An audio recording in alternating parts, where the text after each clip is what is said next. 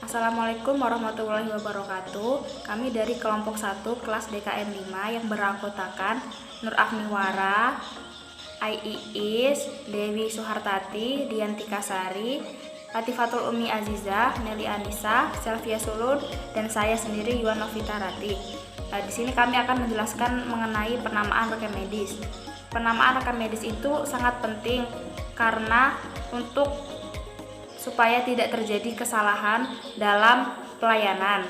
Kemudian pokok-pokok bahasan yang akan kami sampaikan, yang pertama yaitu apa itu penamaan, yang kedua bagaimana sistem penamaan, dan yang ketiga bagaimana cara penamaan. Berikut penjelasan. Saya akan menjelaskan definisi penamaan. Penamaan adalah tata cara penulisan seseorang yang bertujuan untuk membedakan satu pasien dengan pasien yang lainnya.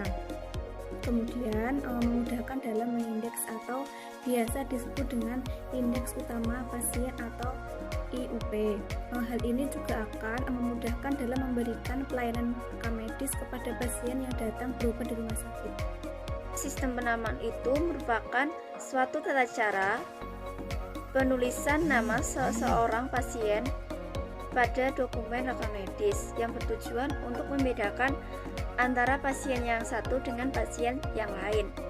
Nah, di sini saya akan menjelaskan sedikit tentang indeks nama pada formulir rekam medis.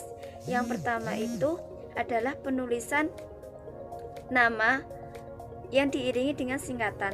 Contohnya itu adalah pasien kita adalah bayi. Nah, kita bisa menyingkatnya dengan BY. Yang kedua itu nama pangkat atau gelar ditulis di belakang nama pasien. Yang ketiga adalah nama harus sesuai dengan yang tertera di KTP. Yang keempat, penulisan itu sesuai dengan EYD atau ejaan yang disempurnakan. Yang kelima adalah menggunakan huruf kapital.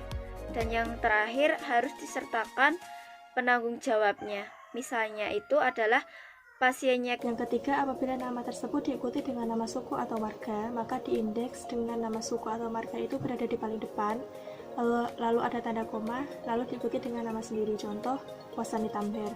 Diindeks menjadi Tamher, Wasani. Yang keempat, untuk nama wanita Indonesia dengan nama keluarga. Apabila wanita tersebut belum bersuami dan menggunakan nama ayahnya, maka diindeks dengan nama ayah, lalu tanda koma, dan nama sendiri, dan yang paling akhir ada tambahan NN atau Nona. Contoh, ada Nadine Chandrawinata, diindeks menjadi Chandrawinata, Nadine dalam kurung NN atau Nona. Dan untuk wanita yang mempunyai nama keluarga dan sudah bersuami, maka diindeks dengan nama keluarga atau nama suami, lalu tanda koma, dan nama sendiri, dan yang paling akhir yaitu NY atau Nyonya. Contoh, ada Heni Saputro, diindeks menjadi Saputro, Heni dalam kurung NY atau Nyonya. Hal ini berlaku untuk janda yang belum bersuami dan masih menggunakan nama suaminya. Tapi apabila sudah bersuami lagi, maka menggunakan nama suami yang baru. Dan yang terakhir untuk nama-nama bayi di Indonesia. Untuk nama bayi yang belum diberikan nama dari awal lahir sampai kepulangan, maka diindeks dengan ada tambahan bayi binti.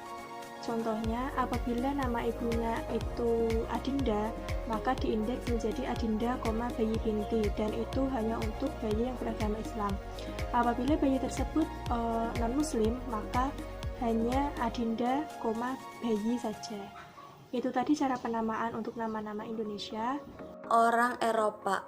Nama keluarga orang Eropa terletak di bagian akhir. Contohnya, Christian Van Mook diindeks menjadi Van Mook Christian.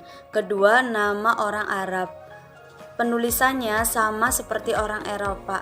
Contohnya, Said bin Hozali diindeks menjadi Hozali Said bin. Yang ketiga, nama orang Jepang, India, Thailand. Contohnya, Mahatma Gandhi diindeks menjadi Gandhi Mahatma. Yang keempat, nama orang Cina, Korea, Vietnam. Nama keluarga terletak di bagian paling depan, sehingga tidak mengalami perubahan. Contohnya, Kim Joo-sung diindeks menjadi Kim Jo-sung, tidak ada perubahan. Kesimpulan pada materi ini adalah penamaan rekam medis adalah tata cara untuk penamaan pada pasien satu dengan pasien yang lain untuk memudahkan dalam mengindeks dan juga memudahkan dalam pelayanan pasien.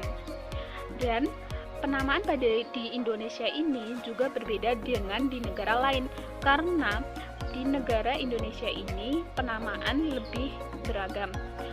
Dan prinsip utama yang harus ditaati oleh petugas pencatatan pada nama rekam medis pasien yang pertama meliputi 1.